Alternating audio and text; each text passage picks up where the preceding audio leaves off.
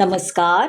भगवद्गीता भावार्थ या मालिकेमध्ये आपले स्वागत आहे. आज आपण यामध्ये अध्याय 18 मधील श्लोक 16 ते 20 पाहणार आहोत. श्लोक 16 पाहूया. तत्रैवं सति कर्तारं आत्मानं केवलं तुया पश्यत्य कृतबुद्धित्वान् स पश्यति दुर्मतीः. तत्र म्हणजे तिथे, आत्मानं म्हणजे स्वतःला, अकृतबुद्धित्वान म्हणजे बुद्धी नसल्यामुळे, दुर्मती म्हणजे मूर्ख. या 5 कारणांचा विचार, जर वरती सांगितलेल्या 5 कारणांचा विचार न करता ज्याला वाटते की तो एकमेव करता आहे, तो खचितच मूर्ख आहे व तो गोष्टींना यथार्थ रूपात पाहू शकत नाही. मूर्ख मनुष्याला समजत नाही की परमात्मा त्याच्या अंतरात मित्र म्हणून स्थित आहे व त्याच्या कर्माचे संचालन करीत आहे. जरी स्थान, कर्ता, प्रयत्न व इंद्रिये ही भौतिक कारणे असली तरी अंतिम कारण स्वतः भगवानच असतात. म्हणून मनुष्याने केवळ या 4 भौतिक कारणांनाच पाहू नये, तर परमकारणांकडे सुद्धा लक्ष दिले पाहिजे. जो परमात्म्याला पाहत नाही तो स्वतःलाच कर्ता मानित असतो. आता श्लोक 17 पाहूया. यस्य नाहं कतो भावो बुद्धिर्यस्य न लिप्यते हत्वापि स इम्मो लोकान् हंती न निबध्यते. हंती म्हणजे ठार करतो, अहंकृत म्हणजे मिथ्या अहंकाराचे, लिप्यते म्हणजे आसक्त, हत्वा म्हणजे मारून, निबध्यते म्हणजे बंधनात अडकतो. जो मिथ्या अहंकाराने प्रेरित नाही, ज्याची बुद्धी बंधनात सापडलेली नाही, तो जगातील मनुष्याला मारून देखील मारुकरी होत नाही. तसेच तो कर्माने बांधलाही जात नाही. आता या श्लोकात भगवान श्रीकृष्ण अर्जुनाला सांगत आहेत की न लढण्याची इच्छा मिथ्या अहंकारापासून उत्पन्न होते. अर्जुन स्वतःला कर्ता समजत होता आणि त्याने परमात्म्याच्या आज्ञेचा विचार केला नाही. परमात्म्याची अनुमती आहे की नाही हे जर मनुष्याला कळतच नसेल तर मग त्याने कर्म का करावे? परंतु जो परमात्म्याला जाणतो तो प्रत्येक कार्य करण्यासाठी सक्षम असतो.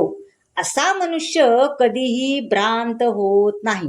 जर कृष्ण भावनेचा अभाव याच्यापासून मीच करता आहे व मीच जबाबदार आहे अशा भावनांचा उदय होत असतो, मीच करता आहे, मीच जबाबदार आहे अशा भावनांचा उदय होत असतो. केव्हा? जेव्हा कृष्ण भावनेचा अभाव असतो तेव्हा. जेव्हा सैनिक सेनापतीच्या आज्ञेचे पालन करीत असताना हत्या करतो त्यावेळी त्याला दोषी ठरवले जात नाही. पण जर त्याने स्वेच्छेने कुणाला आता बाहेर जाऊन मारलं तर त्याला शिक्षा होतेच. आता श्लोक 18 पाहूया. ज्ञानं ज्ञेयं परिज्ञाता त्रिविधा कर्मचोदना करणं कर्म कर्तेति त्रिविधा कर्म संग्रह. ज्ञेयम म्हणजे ज्ञानाचे लक्ष, परिज्ञाता म्हणजे जाणणारा, चोदना म्हणजे प्रेरक असतो, संग्रह म्हणजे संचय. ज्ञान, ज्ञेय आणि ज्ञाता ही 3 कर्माला प्रेरणा देणारी कारणे आहेत. कर्म आणि कर्ता हे 3 कर्माचे घटक आहेत. दैनंदिन कर्म करण्याकरता हे 3 प्रेरक असतात. आता कर्म करण्याची साधने स्वतः कर्म आणि कर्ता. कर्म करण्याची साधने स्वतः कर्म आणि कर्ता हे कर्माचे घटक आहे. कर्म प्रत्यक्ष घडण्यापूर्वी ज्या निर्णयाप्रत आपण पोचतो ते कर्माचेच सूक्ष्म रूप असते. त्यानंतर कर्माचे रूपांतर कशात होते? क्रियेत होते. प्रथम मनुष्य विचार करणे, अनुभव करणे व इच्छा करणे या मनोवैज्ञानिक प्रक्रियेतून जातो. तिलाच प्रेरणा असे म्हणतात.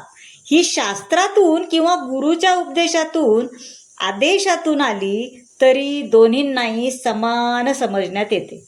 ज्यांच्यात सर्व इंद्रियांचे केंद्रस्थान असलेल्या मनाचाही समावेश होतो, प्रत्यक्ष कर्म घडते आणि कोणत्याही कर्माच्या सर्व अंगांना कर्मसंग्रह असे म्हणतात. आता श्लोक 19 पाहूया. ज्ञानम कर्मम च कर्ता च त्रिवेद गुणभेदतः प्रोच्यते गुणसंख्याने यथा व्रश्चुणुतान्यपि.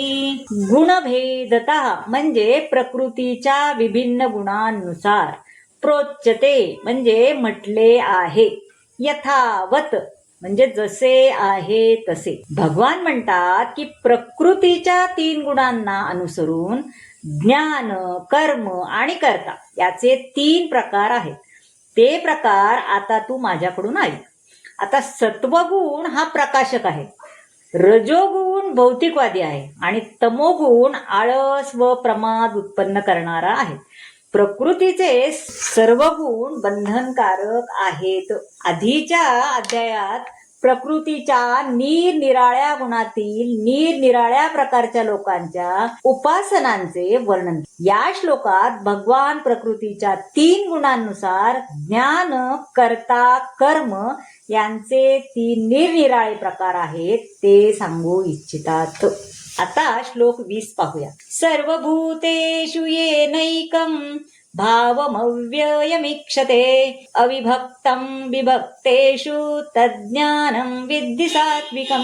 सर्वभूतेषु म्हणजे सर्व जीवांमध्ये, इक्षते म्हणजे एखादा पाहतो, विभक्तेषु म्हणजे अनंत विभागात वाटलेले. ज्या ज्ञानामुळे अनंत रूपात विभाजित असलेल्या सर्व जीवांमध्ये एकच अभिव्यक्त आध्यात्मिक स्वभाव दिसून येतो, त्या ज्ञानाला तू सात्विक समज. जो मनुष्य प्रत्येक प्राण्यात, मग तो देवता असो, पशुपक्षी, जलचर किंवा वनस्पती असो, या सर्वांमध्ये आत्मा पाहतो, त्याचे ज्ञान सात्विक असते. आता सर्व प्राण्यांना त्यांच्या पूर्वकर्मानुसार निरनिराळे देह प्राप्त झाले असले तरी सर्वांमध्ये एकच आत्मा असतो, एकच आत्मतत्व असते. ही सात्विक दृष्टी होय. देह नश्वर असला तरी ही प्राणशक्ती अविनाशी आहे. भिन्नता ही शारीरिक स्तरावर दिसून येते, कारण बद्ध जीवनात भौतिक अस्तित्वाची अनेक रूपे दिसून येतात. असं निर्विशेष ज्ञान हे आत्मसाक्षात्काराची एक बाजू असते. तर मंडळी, ज्ञान, कर्ता, कर्म याविषयी सांगणारा हा भाग तुम्हाला कसा वाटला नक्की सांगा. आवडला असेल तर लाईक करा, शेअर करा, सबस्क्राईब करा आणि कमेंट जरूर करा. धन्यवाद.